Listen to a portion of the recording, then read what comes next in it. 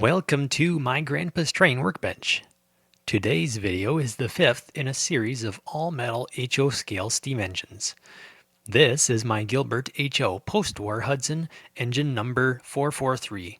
Since I just did 3 Gilbert pre-war engines, I think now is the perfect time to service this one. I don't think I have done anything to this since I got it about 3 years ago, and it is high time for some grease and oil, and whatever other maintenance this will need. To get inside, first we remove the brass tube inside the smokestack. Then remove the single screw in the back of the cab, and don't forget the super long screw for the pilot truck. Then the shell should slide off with little difficulty.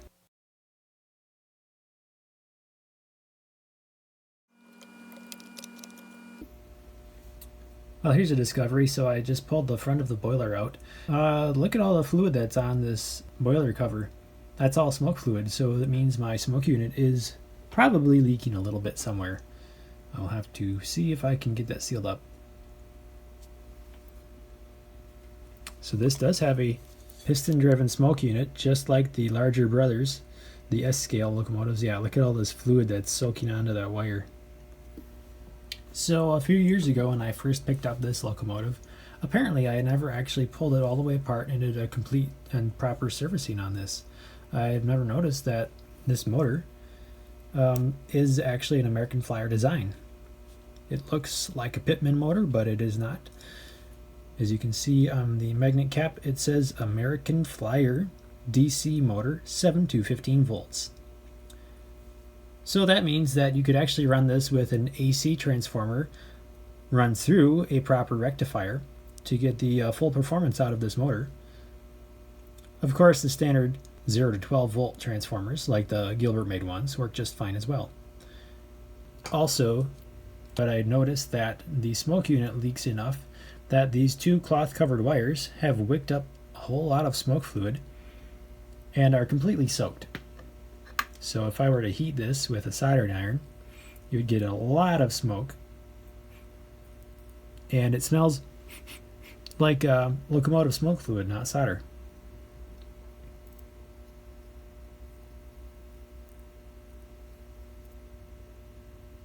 You can definitely see the differences between the post-war and the pre-war motors. This is the complete DC motor, next to the field coil for the pre-war motor. This is just the field coil by itself. Quite a difference in advance of technology from the early to the latter. So I have this frame cleaned up and I got most of all the old grease removed, and the only thing I have to do before I start putting it together is see if I can remove this broken off screw that was the old post for the drawbar, and if I can get that removed, then I'll be able to have the drawbar centered where it belongs again and not off to the side. So in order to do that, I'm borrowing a set of left-handed drill bits. Goes down to 1/16. So these operate in reverse, and it looks like I'm going to want the smallest size available. See if we can do this without breaking it. And hopefully all I have to do is drill this out and it'll come back the threads out on its own. Alright, so we're that way. Alright, so I have the drill in reverse, and I'm going to start this on speed 1. And I might end up putting this in the vise. We'll see here.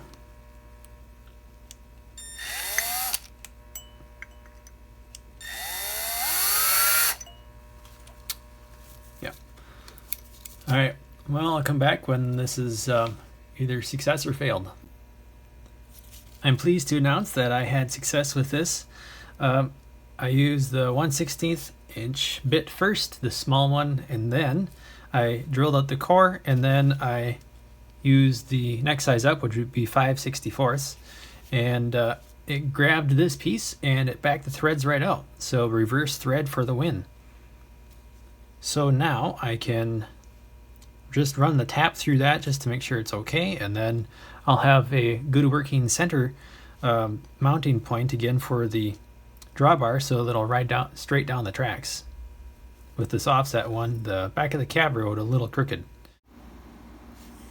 Alright, it's time to seal up the leak on the smoke unit, and to do that I'm going to use some of this. This is Red RTV high temp gasket maker, and normally you'd use this in automotive applications, but I'm going to try this on the top of this smoke unit. So I have it mounted in a vise, and I have it with the front of it, so the top here is the front, facing the front of the boiler, and it's leaking on the far side over here, which would be the bottom, so the fluid is seeping around the edge of it. So my hope is that I can paste on a little bit of the RTV around the edge on this side, and that will, well, I'll put it all the way around, and that will hopefully seal up any leaks.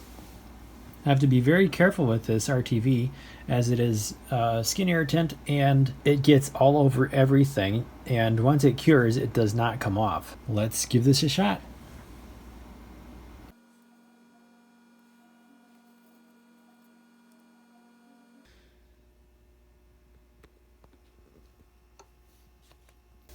Alright, so I have the RTV pasted on all the way around, and I'm just going to let it cure. It says let it cure for 24 hours, so in a day or two I'll check this out and put it back together, then hopefully it won't leak anymore.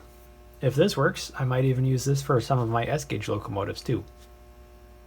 And I have the smoke unit. I cleaned out the piston inside, it was full of gunk, and put it back together. I don't have the power hooked up yet to the smoke unit because the RTV is still curing. It's got a few hours left to cure, so there's no power there, but it's dry enough that I figured I could install it back on here.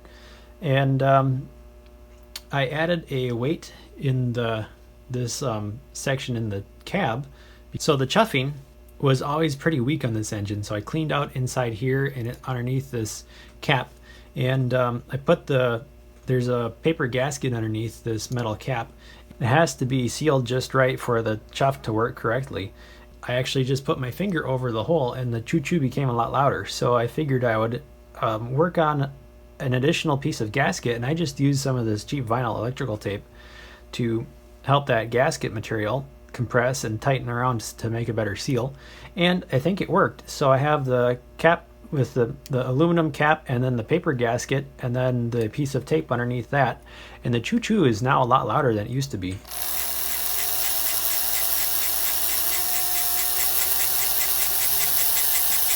So you can hear that it runs. The motor is still quite noisy, so I don't know how well you'll be able to hear that with the shell on, but at least the choo-choo is working correctly now.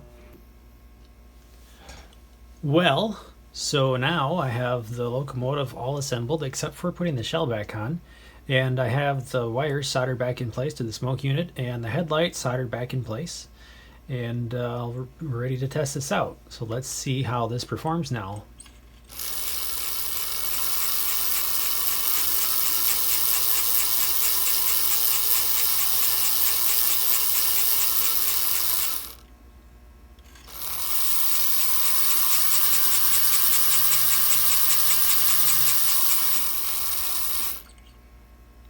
Looks like the smoke output has increased, and which is a good thing. All of the air actually pushes the smoke out the chimney. Before, it sort of barely drifted out of the stack. And so far no leaks off the front of the smoke unit, which is good. So I will probably go ahead and add some smoke fluid and give it a little more testing, and the next time you see this I'll have it on the layout.